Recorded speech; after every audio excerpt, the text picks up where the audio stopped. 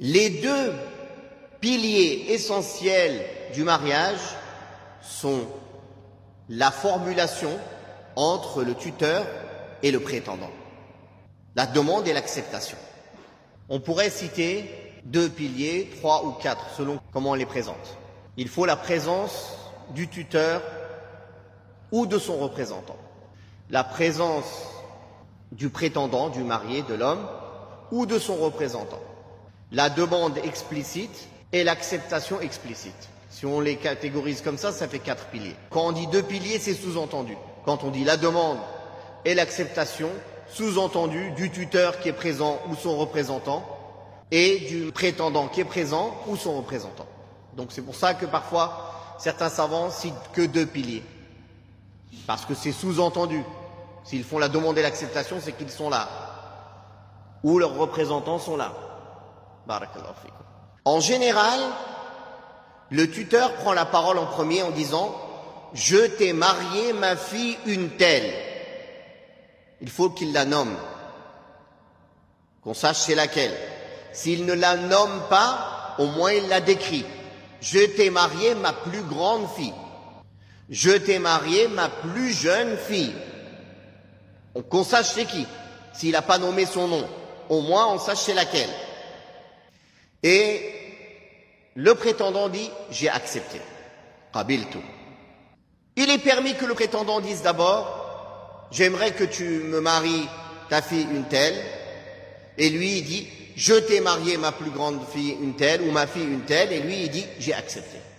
J'ai accepté. Pour ceux qui sont capables de parler en arabe, qui parlent correctement l'arabe et qui se comprennent en langue arabe, il est préférable qu'ils le disent en langue arabe.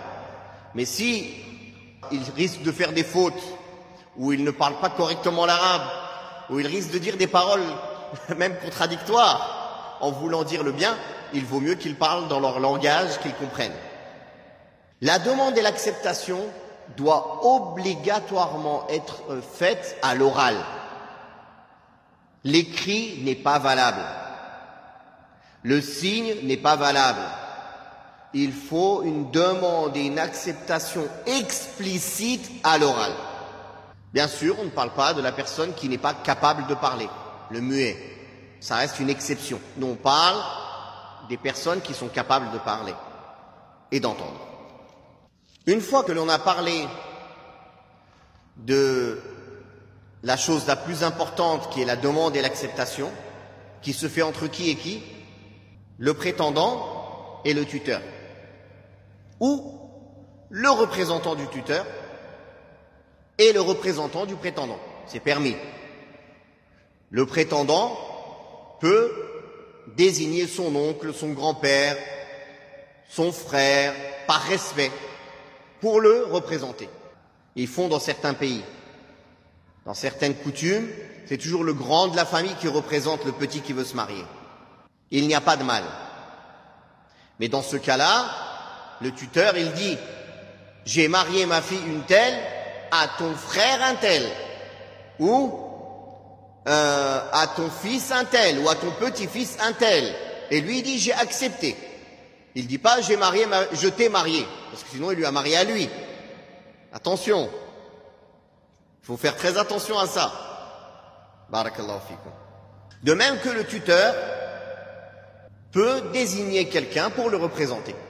Donc que ce soit du côté du tuteur ou du côté du prétendant, ils peuvent chacun désigner quelqu'un pour les représenter.